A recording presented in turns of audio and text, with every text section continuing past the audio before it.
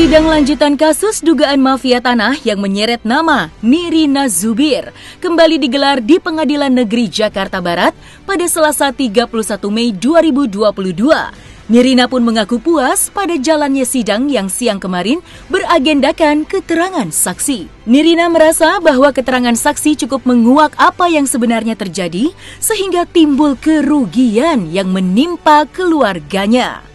Satu hal yang membuat Nirina puas adalah pernyataan saksi bernama Shito yang intinya memberatkan pihak tersangka. Shito disebut-sebut pernah bekerja di kantor notaris yang ditetapkan sebagai tersangka. Lantas, seperti apakah jalannya sidang berlangsung? Dan bagaimanakah Nirina yang hadir masih dengan tangan yang dibebat mengikuti jalannya proses persidangan? Belum, Pak ya?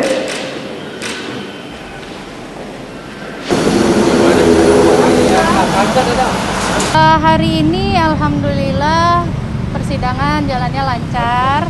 Dari 4 saksi yang diharapkan hadir, yang datang 3 orang. Yang belum hadir adalah saudara Ray. Terus kalau saya sih tadi ya cukup ini ya, maksudnya cukup puas dengan pernyataan dari saudara Cico yang memang di situ jelas sekali gitu kan, mention bahwa ada kerjasama antara oknum notaris Farida bersama si Riri Kasmita, dan di situ dia sangat istilahnya mengakui bahkan tidak pernah menemukan atau bertemu dengan ibu saya. Dan saya tadi ibaratnya tuh benar-benar bersyukur tadi ada ucapan yang benar-benar mengatakan bahwa surat itu memang dibuat bahkan katanya tanpa sepengetahuan Cito sendiri yang namanya dicantumkan di dalam surat kuasa itu gitu. Hari ini dari saudara Cito sudah memberikan atau mendapatkan istilahnya memberatkan mereka lah gitu kan. Itu saya udah kayak oke, itu satu part. Anyway, di antara itu semua saya dan keluarga istilahnya juga ya sudahlah, kita sudah mendapatkan jawaban-jawaban, bahkan beberapa jawaban atau pertanyaan itu juga memberatkan para terdakwa gitu kan. Masih ada beberapa lagi kasus ke depan lainnya. Jadi dari kasus ini mudah-mudahan ini jadi pembelajaran buat semua bahwa memang kita harus benar-benar istilahnya melihat banyak banget peluang dan banyak sekali oportunis di sini. Tolong hati-hati terhadap orang tua kita. Anyway, di antara itu semua saya dan keluarga istilahnya juga ya sudahlah, kita sudah mendapatkan jawaban-jawaban, bahkan beberapa jawaban atau pertanyaan itu juga memberatkan para terdakwa gitu kan. Masih ada beberapa lagi kasus ke depan lainnya. Jadi dari kasus ini mudah-mudahan ini jadi pembelajaran buat semua bahwa memang kita harus benar-benar istilahnya melihat banyak banget peluang dan banyak sekali oportunis di sini. Tolong hati-hati terhadap orang tua kita. Ini sebuah fakta yang baru yang buat saya, ini saya harus suarakan nih kepada teman-teman.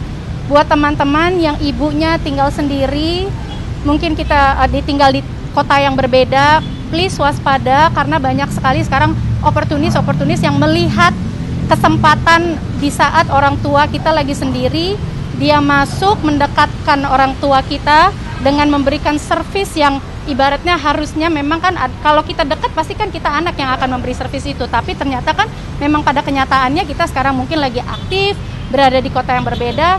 Jadi hati-hati kepada istilahnya bukan hati-hati ya, tapi lebih jaga lagi, dan kalau bisa orang tua kita tinggal bareng aja deh. Dan untuk para orang tua sekarang mungkin pesan saya adalah memang orang lain itu terlihat lebih menjanjikan. Memang orang lain memberikan servis yang mungkin beda daripada anak-anak berikan. Tapi kembali lagi darah itu lebih kental. Gitu istilahnya, kalau misalnya kita kembali lagi anak itu yang lebih utama sih gitu. Jadi para orang tua juga coba pelajari anak siapa yang bisa dipercayakan. Nah, ini surat-surat ini benar-benar harus diawasi gitu. Coba cek juga surat-surat Anda. Apakah namanya masih sesuai, nggak ada salahnya kok gitu untuk ngecek aja gitu. Semoga terhindar dari hal-hal seperti yang kami alami sekarang ini. Bagi Nirina, kejadian yang menimpa keluarganya ini memberikan pelajaran yang sangat berharga, khususnya bagi orang tua yang tinggal terpisah oleh anaknya. Hadir bersama sang kakak di Pengadilan Negeri Jakarta Barat, Nirina menjelaskan bahwa indikasi pihak tergugat selama melakukan penipuan menyasar kepada orang tua atau lansia yang telah pikun atau jauh dari anak-anaknya, guna memperlancar aksi mereka. Atas kejadian yang menimpa keluarganya dengan kerugian sekitar 17 miliar rupiah, istri dari Ernest itu berharap ke depannya ia dan keluarga akan lebih berhati-hati lagi. Ya sekarang ini kan kita khususnya buat saya dan keluarga itu kan hanya bisa menjadi penonton. Jadi yang kita hanya bisa lakukan sekarang berserah diri dan berdoalah gitu loh. Kepada siapa lagi kita bisa berdoa dan meminta adalah kepada Allah Subhanahu Wa Taala. Jadi sekarang pada saat itu daripada saya kemana-mana gitu kan pikirannya, ya udah counternya adalah Subhanallah, Alhamdulillah, La ilaha illallah, Allahu Akbar. Yang pasti gini, dengan kejadian ini tidak membuat Nirina jadi kayak sekonyong-konyong mencurigakan kepada orang-orang gitu. Tapi kan sebenarnya uang itu tidak merubah seseorang, tapi justru uang itu menunjukkan sifat asli seseorang. Jadi jangan nyalahin uangnya. Jadi kembali lagi kepada hal yang terjadi kepada Nirina sekarang ini, tidak membuat Nirina jadi cepat curigaan sama orang, tapi memang mungkin lebih hati-hati gitu kan.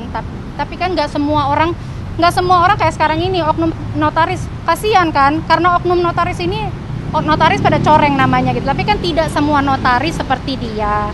Tidak semua orang seperti orang-orang yang hadapi sekarang ini. Jadi ya itu lagi lah, tawakal dan tetaplah jadi orang baik, karena orang baik pasti dipertemukan dengan orang baik walaupun akan ada cobaan-cobaan yang kita hadapin. Apapun yang terjadi, karena kami di sini untuk orang tua kami, untuk membela hak-hak orang tua kami. Jadi justru lebih siapan ketemu langsung karena pengen lihat dan mau lihat ekspresinya langsung, jawabannya langsung gitu.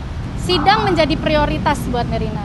Pekerjaan yang lain itu mungkin bonus, tapi prioritas Nirina adalah kepada persidangan ini, kepada kebenaran yang insya Allah akan berpihak kepada korban. Pokoknya harapannya sih sebenarnya ke depan itu sih pengen sih gitu, ngelihat langsung. Bukan mengucapkan apapun, bukannya untuk ibaratnya tatap-tatapan lagi gitu, enggak. Tapi benar-benar pengen ngelihat dia usaha juga aja sih gitu. Kita semua juga usaha kok datang ke sini. Masa tersangka sendiri cuman ditarik dari tempat tahanan ke ruang tunggu itu bersama-sama. Kita juga pengen dong gitu, dia pakai proses juga, keluarin dari sana, datang ke sini, selesai bawa lagi keluar gitu kan. Terus teman-teman media juga bisa ngambil gambar secara langsung gitu kan. Kalau tadi kan ada ada yang namanya teknologi kan ada kekurangannya juga ya gitu, gambar-gambar mungkin nggak jelas gitu kan, dengan gambar yang terputus-putus gitu, itu aja sih.